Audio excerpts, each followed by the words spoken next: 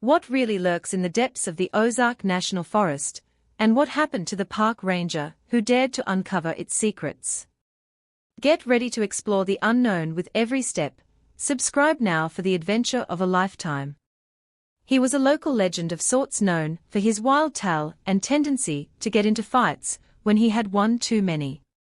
Cyrus was already 3 sheets to the wind when he stumbled over to where I was sitting. The new guy working for Frank, he slurred, his eyes bloodshot and unfocused. "That's me," I said, trying to keep my tone friendly. "Well, let me give you some advice, buddy. You stay out of the woods. You hear me? There are things out there you don't want to mess with." I raised an eyebrow. "What kind of thing?" Cyrus leaned in closer, his breath reeking of whiskey. "There are stories about people going missing, animals torn to shreds. Some folks say there's a creature out there, a werewolf." I couldn't help but laugh. "A werewolf, seriously?" Cyrus didn't seem amused. "You can laugh all you want, but I've seen it big as a bear with teeth like knives. You stay out of the woods, or you might end up like those poor souls who never came back." Ellie shot me a sympathetic look. "Don't mind him. Gordon, Cyrus likes to tell tall tales when he's drunk." I nodded, but Cyrus's words stuck with me. I wasn't one to believe in monsters, but there was something about the intensity in his eyes that made me uneasy. A few days later I found myself in need of some extra cash. Frank mentioned that old man, Henderson, who lived on the outskirts of town, needed help fixing his tractor. Henderson was known for being a bit of a recluse, but he paid well, so I decided to take the job.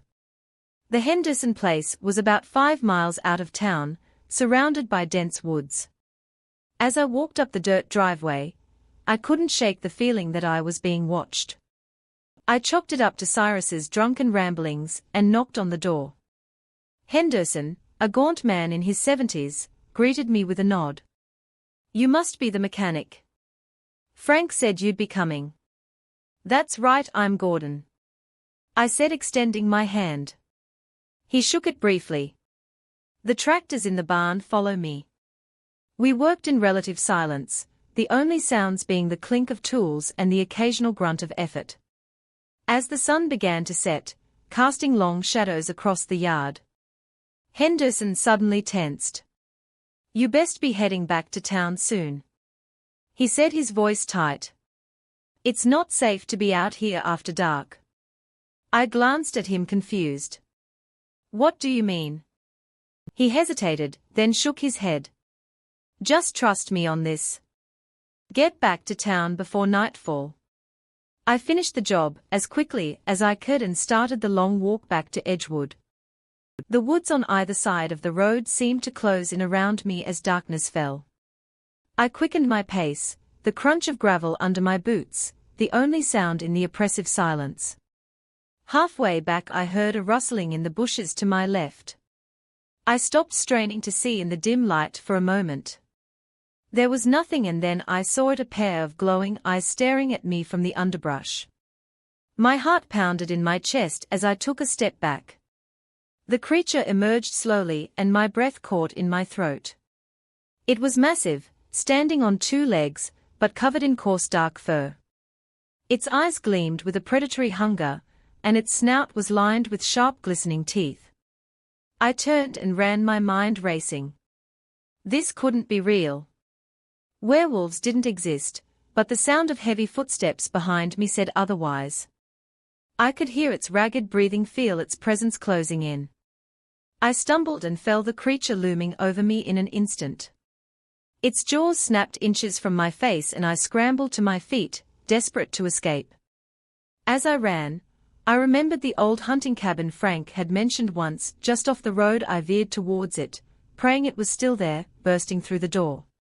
I slammed it shut and bolted at my chest, heaving. The creature crashed against the wood, snarling and scratching. I grabbed an old shotgun from the wall, checking the chamber. It was loaded. I braced myself as the door splintered when the creature forced its way in. I fired. The blast echoed in the small space and the werewolf staggered back, howling in pain. I fired again, and it collapsed twitching before finally going. Still, I stood there shaking the gun still clenched in my hands. After what felt like an eternity, I slowly approached the body. It was no longer a werewolf, but a man, his lifeless eyes staring up at me. The transformation was grotesque, the fur receding, leaving behind blood and torn flesh. I knew I had to get back to town to tell someone what had happened, but who would believe me? I buried the body behind the cabin, hoping it would stay hidden long enough for me to figure out what to do next. When I finally made it back to Edgewood, I went straight to Frank's place. He opened the door, taking one look at my disheveled state and the blood on my clothes. "What the hell happened to you?" he asked, his brow furrowing. I took a deep breath. "Frank, you need to hear this and you need to believe me." I recounted the events of the night, every detail. Frank listened, his expression growing grimmer with each word. When I finished, he let out a long sigh. "I knew there was something out there," he said quietly. "I've heard the stories, but I never thought, damn, what do we do now?" I asked, my voice barely a whisper. Frank rubbed his chin thoughtfully. "We keep this quiet for one. If word gets out, it'll cause a panic.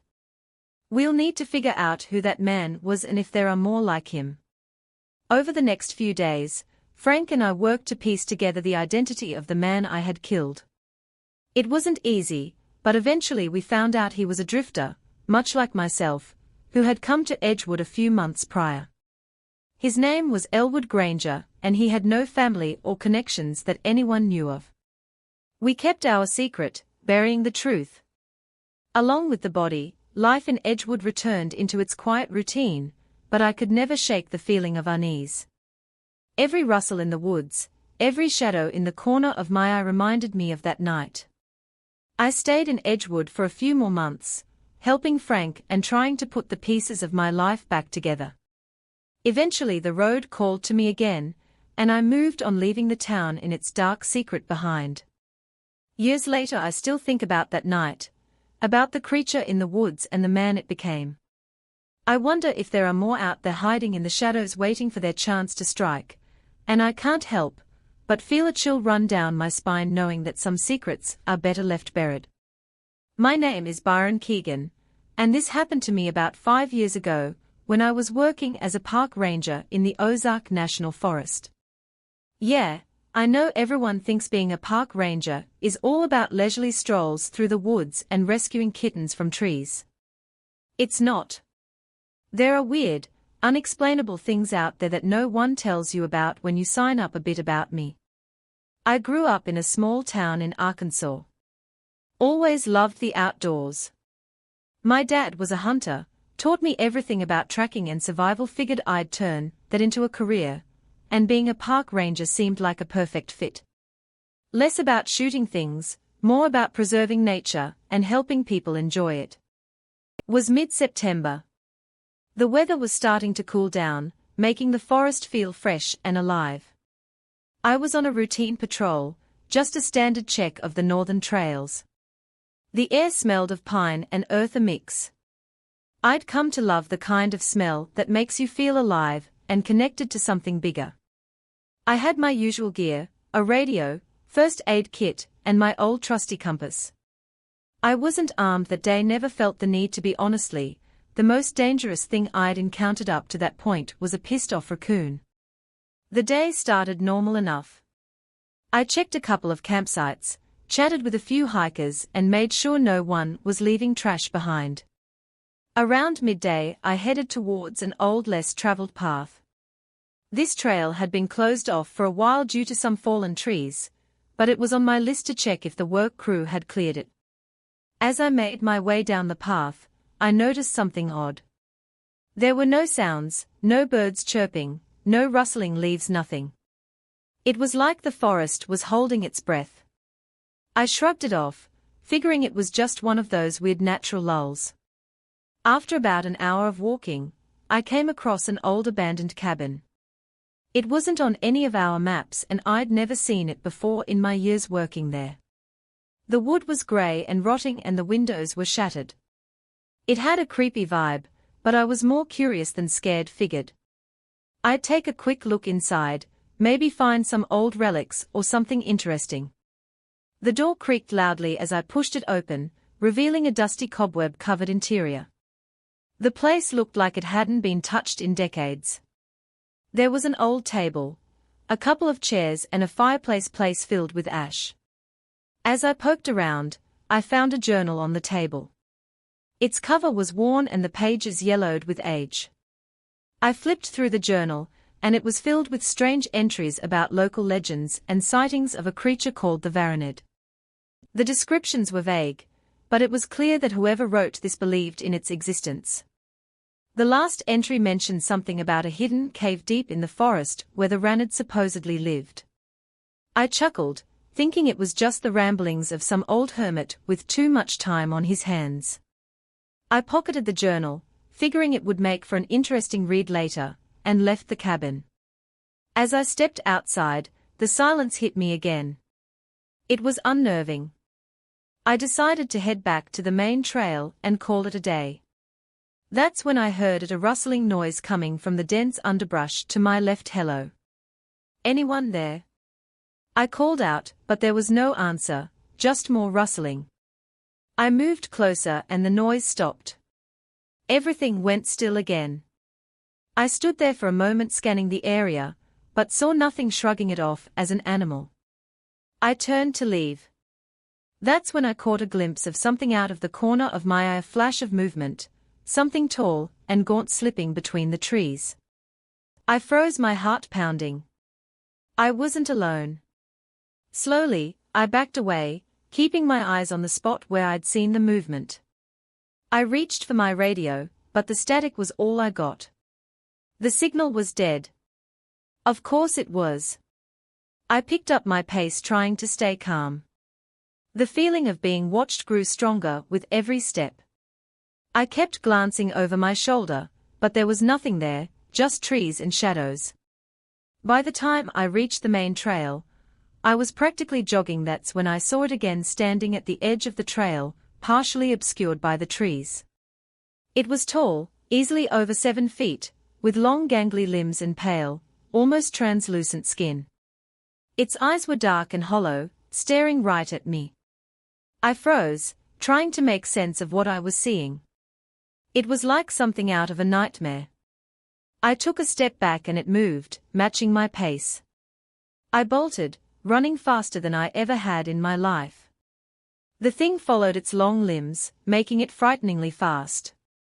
My lungs burned and my legs felt like lead, but I didn't dare stop. I could hear it behind me, getting closer up ahead. I saw the ranger station, a small building where we kept supplies and a radio. I pushed myself harder, praying I'd make it. I burst through the door and slammed it shut behind me, locking it for good measure. I grabbed the radio and tried to call for help, but it was still nothing but static.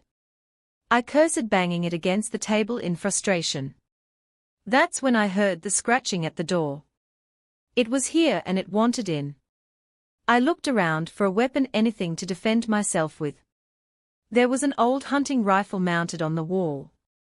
I grabbed it, checking to see if it was loaded. 2 rounds, better than nothing. The scratching turned into pounding the door, shaking on its hinges. I backed up, aiming the rifle at the door. My hands trembling. The wood splintered and the door burst open. The creature stepped inside, its hollow eyes locked on me. I fired, the sound deafening in the small room. The bullet hit it in the shoulder, but it barely flinched. I fired again, this time aiming for its head. The creature staggered back, letting out a high-pitched shriek. It wasn't dead, but it was hurt. I didn't wait to see what it would do next.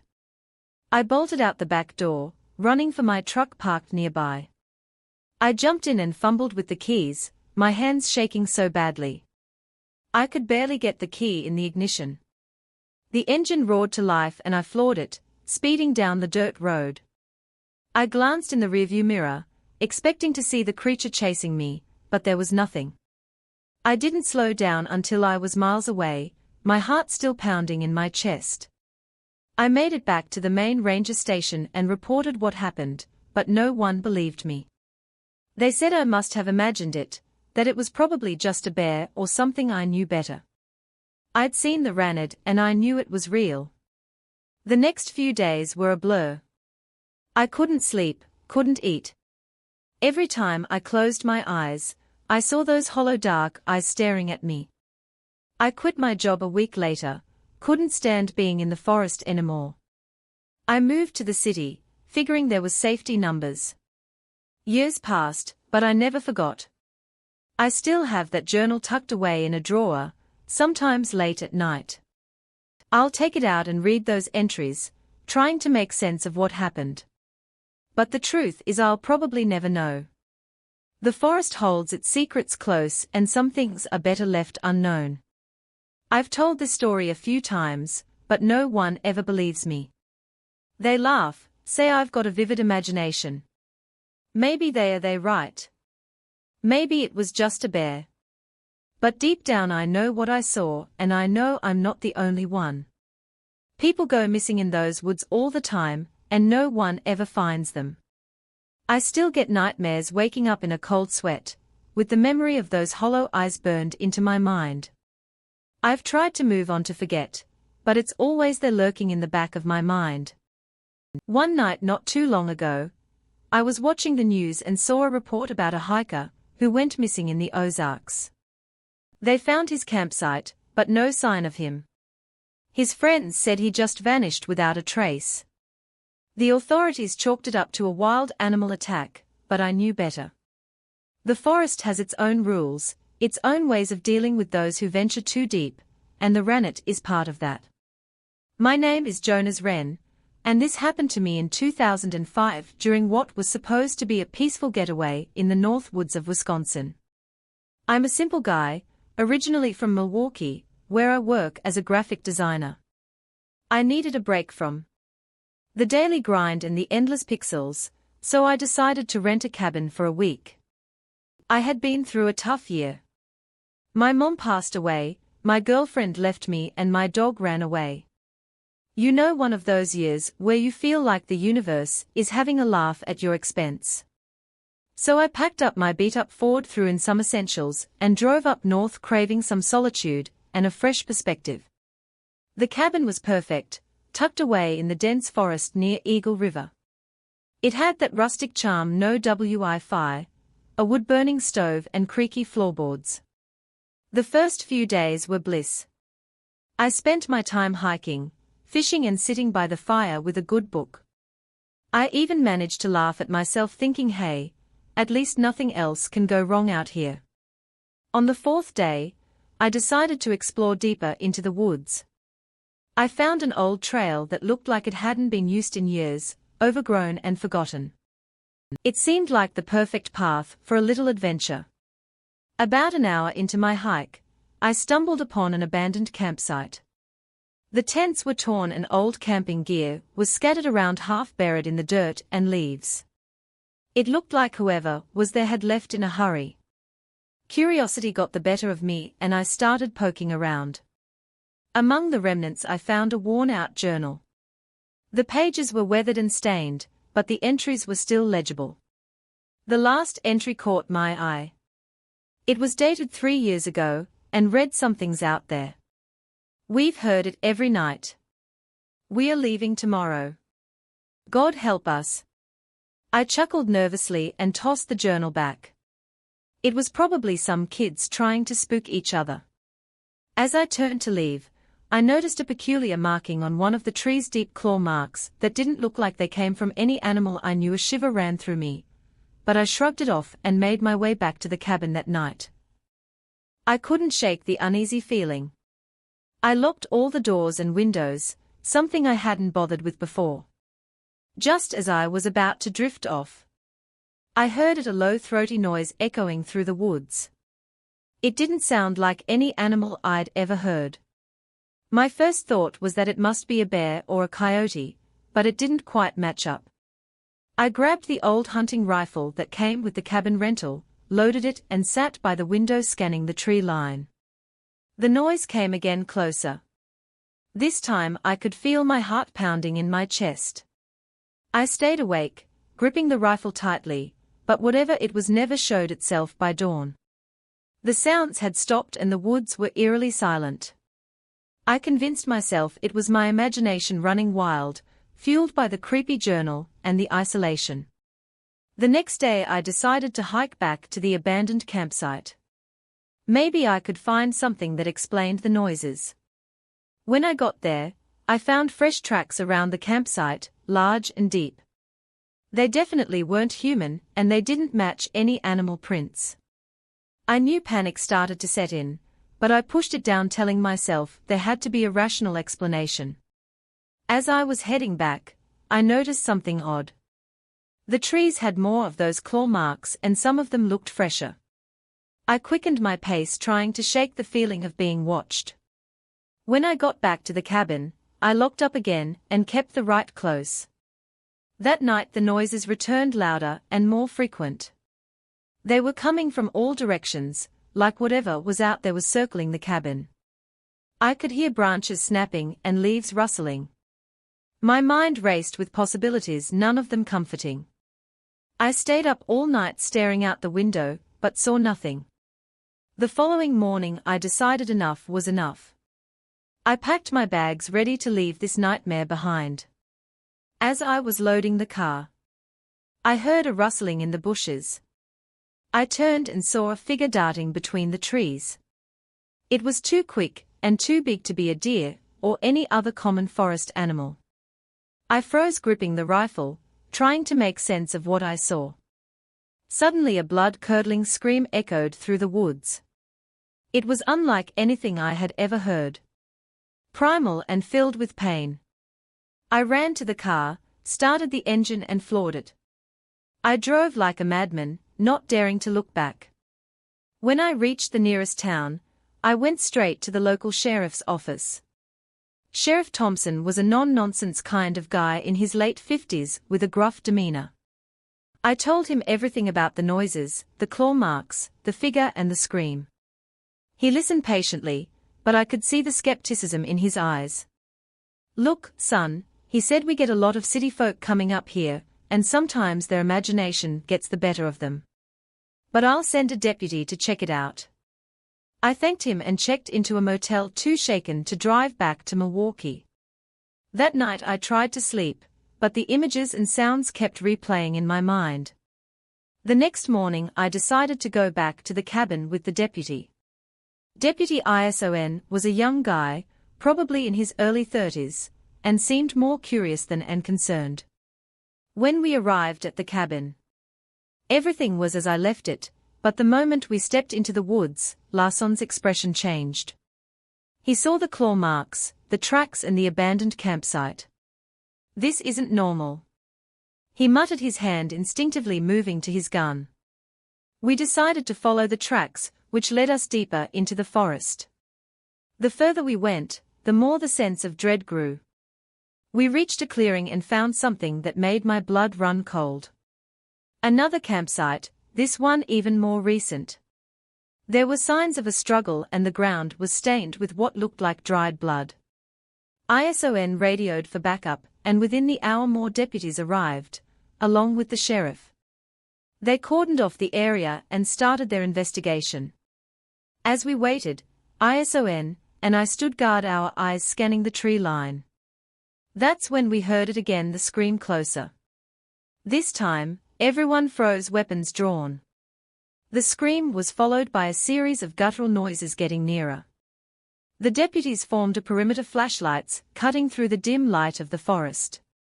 I could feel my pulse in my ears, every muscle tensed. Then from the darkness it emerged. At first it was just a shape, a massive silhouette, moving between the trees. As it stepped into the light, we saw it clearly, a hulking figure covered in matted fur, with eyes that gleamed in the darkness.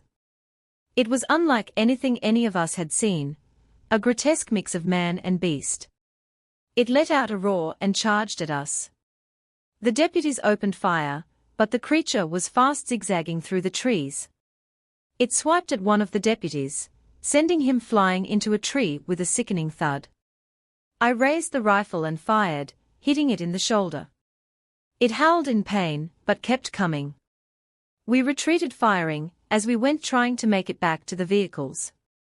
The creature was relentless, tearing through the forest.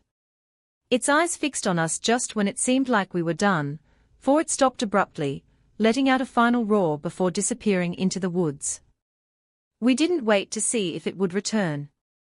We piled into the vehicles and sped back to town. The deputy who was attacked was badly injured, but alive. The sheriff ordered everyone to stay quiet about what happened, fearing a panic in the days that followed. The area around the cabin was closed off, and an official report was filed citing a bear attack. But I knew better. Whatever that thing was, it wasn't a bear. I returned to Milwaukee trying to put the experience behind me, but the memories lingered. Months later I got a call from ISON. He had left the sheriff's department, and was investigating the incident on his own. He had found similar reports from other parts of the country, sightings of a creature that matched the description of what we saw. He asked if I wanted to join him in finding out more, but I declined. I had seen enough to this day. I can still hear the screams and see those gleaming eyes. In my nightmares, I avoid the woods, now sticking to the city, where the dangers are more familiar. But every so often I wonder if it's still out there, lurking in the shadows waiting. If you're still craving more tales from the wild, don't forget to hit that subscribe button and join us on the next expedition.